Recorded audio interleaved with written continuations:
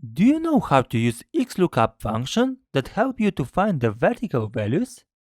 For example, you just change the name and immediately you get the profession based on the salary.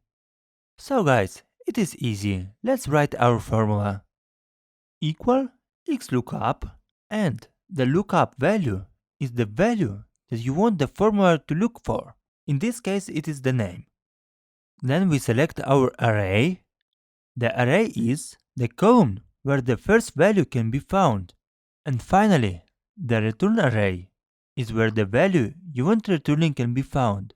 In this case, it is the column of professions. As the result, if you change the name, the profession will be changed. Let's do the same thing for the salary.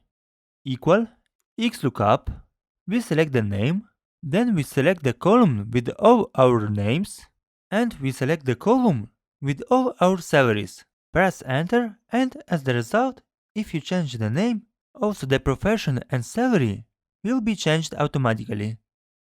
Guys, help to develop this channel, put your like and subscribe.